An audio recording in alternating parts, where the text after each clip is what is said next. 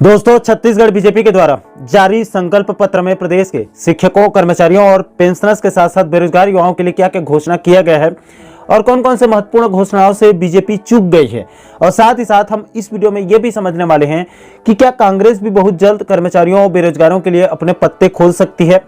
तो दोस्तों, इन सभी महत्वपूर्ण मुद्दों को बारीकी से समझने के लिए वीडियो को आप अंत तक जरूर देखिए। नमस्कार दोस्तों, मैं हूं आपका दोस्त लोकेश साहू और आप देख रहे हैं लोकेश छत्तीसगढ़िया यूट्यूब चैनल। आप सभी साथियों का हमारे इस चैनल पर बहुत बहुत स्वागत है।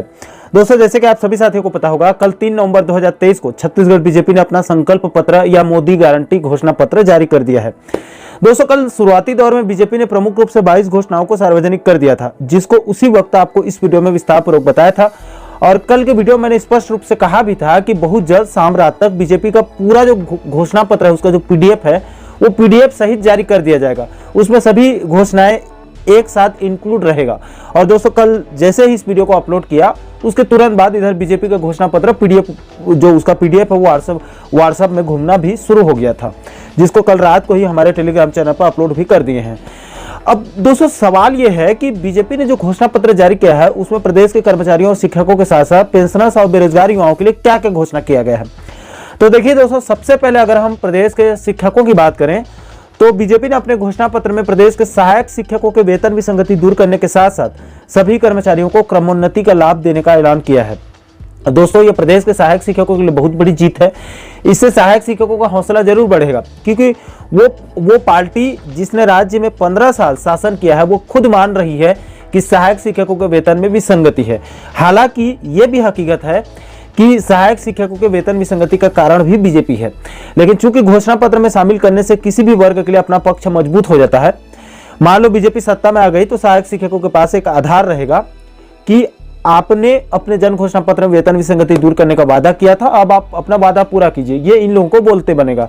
हालांकि दोस्तों, बीजेपी यहाँ पर चूक गई है। उनको प्रथम नियुक्ति तिथि से सेवा गणना करते हुए वेतन विसंगति दूर करने का वादा करना था, क्योंकि वास्तव में अभी वर्तमान परिस्थिति में यही सहायक शिक्षकों की सबसे बड़ी मांग है, और इससे सभी सहायक शिक्षकों को पूर्ण पेंशन का लाभ भी मिल जाता। जो लोग 2028 से पहले सेवानिवृत्त हो रहे हैं, उन शिक्षकों को भी, यानी कि उन सहायक शिक्षक एलबी वालों को भी पूर्ण पेंशन का लाभ मिलने की उनकी आस जो है वो बढ़ जाती। लेकिन बीजेपी ने सिर्फ वेतन विसंगति दूर करने का ही वादा किया है। इसके बाद दोस्तों, दूसरे नंबर पर बीजेपी ने प्रदेश के कर्मचारियों के लिए कौन कौन से घोषणा किया है, उसे भी आप समझ लीजिए। तो देखिए दोस्तों, कल जो घोषणा पत्र जारी किया गया है, उसमें प्रदेश के नियमित कर्मचारियों के सबसे बड़ी मांग केंद्र के समान महंगाई भत्ता यानी कि डीए की मांग को बीजेपी ने अपने जन घोषणा पत्र में प्रमुखता के साथ शामिल किया है। छत्तीसगढ़ बीजेपी ने अपने घोषणा पत्र में स्पष्ट रूप से लिखा है कि हम प्रदेश के कर्मचारियों को केंद्र के द्वारा दिए जाने वाले डीए के समान डीए देंगे। इसके अलावा दोस्तों, पंचायत सचिवों को नियमित करके उनको बकाया एरियर्स राशि देने का भी घोषणा किया गया है। इसके अलावा साथियों, छत्तीसगढ़ बीजेपी ने प्रदेश के तृतीय और चतुर्थ श्रेणी के पुलिस कर्मियों के लिए पुलिस क्वार्टर्स के निर्माण के लिए पुलिस कल्याण कोष को मजबूत करने का घोषणा किया गया है। इसके अलावा दोस्तों, प्रदेश के डॉक्टरों और वकीलों के हितों की रक्षा करने के लिए अधिवक्ता और डॉक्टर सुरक्षा कानून लाने का घोषणा किया गया है। अभी स्वास्थ्य कर्मचारियों के द्वारा जो आंदोलन किया गया था, इसमें इस मांग को भी प्रमुखता के साथ शामिल किया गया है, उन्होंने मांग रखी थी। इसके अलावा दोस्तों, प्रदेश के कर्मचारियों और पेंशनर्स को समय पर, यानी कि 15 तारीख से पहले वेतन और पेंशन भुगतान करना सुनिश्चित करने का घोषणा किया गया है, ताकि किसी भी कर्मचारी और पेंशनर्स का वेतन और पेंशन मिलने में देरी न हो। इसको भी घोषणा पत्र में अपना शामिल कर लिया है। इसके अलावा दोस्तों, प्रदेश के मितानिन कर्मचारियों को उनके मासिक मानदेय में 50% तक वृद्धि करने का घोषणा किया गया है। साथ ही साथ उनको पर्याप्त स्वास्थ्य संबंधी उपकरण प्रदान करने का भी घोषणा किया गया है। इसके अलावा दोस्तों, स्कूलों में, शासकीय स्कूलों में कार्यरत स्कूल सफाई कर्मचारियों यानी कि अंशकालीन स्कूल सफाई कर्मचारियों और रसोईया कर्मियों के मानदेय में 50% तक वृद्धि करने का घोषणा किया गया है। इसके अलावा बीजेपी के द्वारा केंद्र सरकार से प्रदेश के मितानिन यानी कि आशा कर्मचारियों को एनएचएम के अंतर्गत स्थायी रूप से लिए जाने का निवेदन किया जाएगा, इसका भी घोषणा किया गया है। इसके अलावा दोस्तों, अगर बीजेपी की सरकार बनी तो वो सरकार बनने के 100 दिन के भीतर छत्तीसगढ़ के सभी सरकारी विभागों में कार्यरत सरकारी कर्मचारियों की समस्याओं और मांगों की समीक्षा प्रक्रिया शुरू करने और मार्ग प्रशस्त करने के लिए कमेटी का गठन किया जाएगा, और इस कमेटी में अनियमित कर्मचारियों के संगठनों के पदाधिकारियों को भी शामिल किया जाएगा। यानी कि इसमें नियमित और अनियमित कर्मचारियों दोनों के मुद्दों को इस कमेटी में रखा जाएगा। दोस्तों, यहाँ पर सबसे हैरानी वाली बात तब यह है कि प्रदेश के अनियमित कर्मचारियों की जो सबसे प्रमुख मांग, बड़ी मांग, नियमितीकरण गायब है। हालांकि कमेटी बनाने का उल्लेख जरूर किया गया है, लेकिन सीधा सीधा नियमितीकरण करने का घोषणा नहीं किया गया है और यहां पर भी बीजेपी की सबसे बड़ी चूक हुई है। इसके बाद दोस्तों हम आगे बढ़ते हैं और प्रदेश के बुजुर्ग पेंशनर्स के लिए क्या क्या घोषणा किया गया है उसकी बात कर लेते हैं। तो देखिए दोस्तों, छत्तीसगढ़ बीजेपी के इस घोषणा पत्र में प्रदेश के पेंशनर्स के लिए उनके कोई भी प्रमुख मांग को शामिल नहीं किया गया है। जी हां दोस्तों, हैरानी हो रही होगी। कल रात को छत्तीसगढ़ पेंशनर्स फेडरेशन के प्रमुख वीरेंद्र नामदेव सर ने बताया कि हमारे तरफ से यानी कि छत्तीसगढ़ के पेंशनर्स के धारा 49(6) को विलंबित करने, इसके अलावा कैशलेस चिकित्सा सुविधा, इसके अलावा निःशुल्क बस यात्रा, इसके अलावा 265 वर्ष आयु में 10% अतिरिक्त पेंशन, इसके अलावा विधवा पुत्री को परिवार पेंशन की अर्हता सहित और भी कई प्रमुख सुझाव दिए गए थे। लेकिन छत्तीसगढ़ बीजेपी की तरफ से जो कल घोषणा पत्र जारी किया गया है उसमें प्रदेश के पेंशनर्स के किसी भी मांग को घोषणा पत्र में शामिल नहीं किया गया है और इसको लेकर छत्तीसगढ़ के पेंशनर खासे नाराज हैं। इसके अलावा दोस्तों, अंत में चौथे नंबर पर प्रदेश के बेरोजगारों के लिए बीजेपी ने अपने घोषणा पत्र में क्या क्या ऐलान किया है उसकी बात कर लेते हैं। तो देखिए दोस्तों, सबसे पहले तो छत्तीसगढ़ बीजेपी ने सरकार बनने पर सभी विभागों में 1 लाख रिक्त पदों पर भर्ती करने यानी कि 5 साल में 1 लाख सरकारी नौकरी देने का वादा किया है। इसके अलावा दोस्तों, बीजेपी के घोषणा पत्र में बेरोजगारों के लिए सबसे बड़ा दाव 57,000 पदों पर शिक्षक भर्ती का ऐलान है।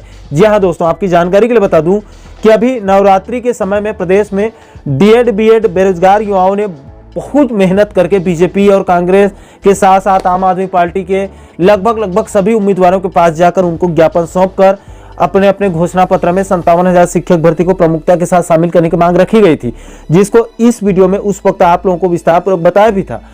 तो दोस्तों, उन युवाओं का मेहनत यहां पर सफल हुआ है। बीजेपी ने अपने जन घोषणा पत्र में 57,000 शिक्षक भर्ती को प्रमुखता के साथ शामिल किया है। हालांकि यह बात अलग है कि ये बीजेपी सत्ता में आएगी या फिर नहीं आएगी, और अगर आ गई तो 5 साल में इन सभी भर्ती को वो करेगी या फिर नहीं, ये अपने आप में एक बहस का मुद्दा जरूर है। लेकिन जो युवा 57,000 शिक्षक भर्ती की मांग को घोषणा पत्र में शामिल करने के लिए मेहनत किए हैं, उनकी मेहनत जरूर रंग लाई है। इसके अलावा दोस्तों, अंत में जाते जाते आप लोगों को यह भी जानकारी दे दूं कि छत्तीसगढ़ कांग्रेस के तरफ से अभी तक कर्मचारियों और बेरोजगारों के लिए, पेंशनर्स के लिए पत्ते नहीं खोले गए हैं। अभी तक कांग्रेस के द्वारा सिर्फ 17 प्रमुख घोषणा किया गया है, जिसको इस वीडियो में आप लोगों को पहले ही बता चुका हूं। आगामी 7 नवंबर को प्रथम चरण का मतदान होना है। ऐसे में 6 नवंबर के पहले कांग्रेस भी जन घोषणा पत्र का जो पूरा पीडीएफ है उसका भी लंबा चौड़ा उसको भी वो जारी कर देगी।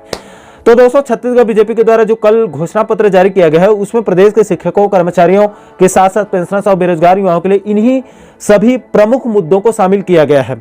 वैसे तो बहुत सारा लंबा चौड़ा घोषणा किया गया है, लेकिन यह प्रमुख रूप से जो है वो मुख्य घोषणा है। तो आशा करता हूं दोस्तों कि आप इस वीडियो के माध्यम से पूरे मामले को अच्छे से समझ गए होंगे। दोस्तों, बीजेपी के द्वारा जो घोषणा पत्र जारी किया गया है उसको लेकर आप लोगों की क्या राय है? क्या यह घोषणा पत्र बिल्कुल परफेक्ट है या फिर इसमें कुछ मुद्दों को मिस कर दिया गया है? और सबसे बड़ा सवाल, क्या बीजेपी सत्ता में आती है तो इसमें से कितने घोषणाओं को वो पूरा कर पाएगी? इन सभी मुद्दों पर, इन सभी मामलों पर आप लोगों की क्या राय है? नीचे कमेंट सेक्शन में आप अपनी प्रतिक्रिया जरूर दीजिएगा।